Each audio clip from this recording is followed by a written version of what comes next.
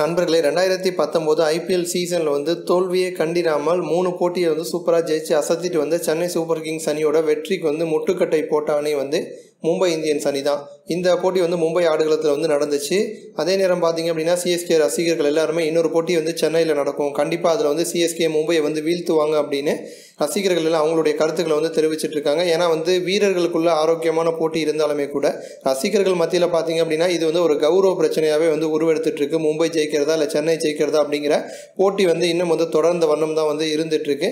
அந்த வகையில் பார்த்தீங்கன்னா மும்பை இந்தியன்ஸ் அணி வந்து ஜெயிச்சதுக்கு பிறகு வந்து கேப்டன் ரோஹித் சர்மா வந்து அந்த வெற்றியை சூப்பராக வந்து கொண்டாடி இருப்பார்.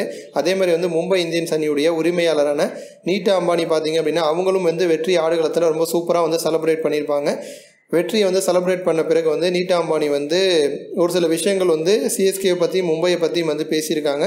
முதல்ல மும்பையை பற்றி என்ன சொல்லியிருக்காங்க அப்படின்னா, மும்பை இந்தியன்ஸ் அணியுடைய ஓனராக இருக்கிறதுக்கு ரொம்பவே வந்து பெருமைப்படுறேன். 12 வருஷம் வந்து கடந்து வந்தாச்சு, இதில் 3 முறை வந்து கப்பை ஜெயிச்சிருக்கோம். அதே மாதிரி இந்த முறையும் வந்து திரும்ப கப்பை ஜெயிச்சோம் அப்படின்னா ரொம்பவே சந்தோஷப்படுவேன் அப்படின்னு நீட்டா அம்பானி வந்து சொல்லியிருக்காங்க.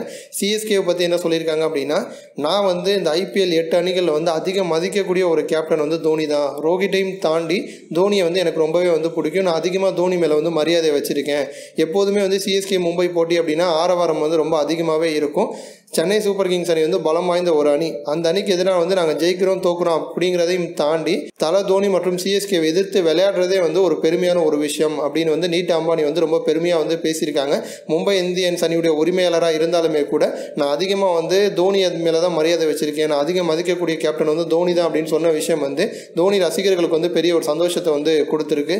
இது போன்ற இன்னும் பல ஸ்போர்ட்ஸ் செய்திகளை தெரிஞ்சுக்க ரெட் கலர் பாக்ஸை கிளிக் பண்ணி நம்ம சேனலை வந்து சப்ஸ்கிரைப் பண்ணுங்கள். கூடவே பக்கத்தில் இருக்க பெல் சிம்பலையும் கிளிக் பண்ணி எங்களுடைய அப்டேட் செய்திகளை உடனுக்குடன் தெரிஞ்சுக்கோங்க. நன்றி.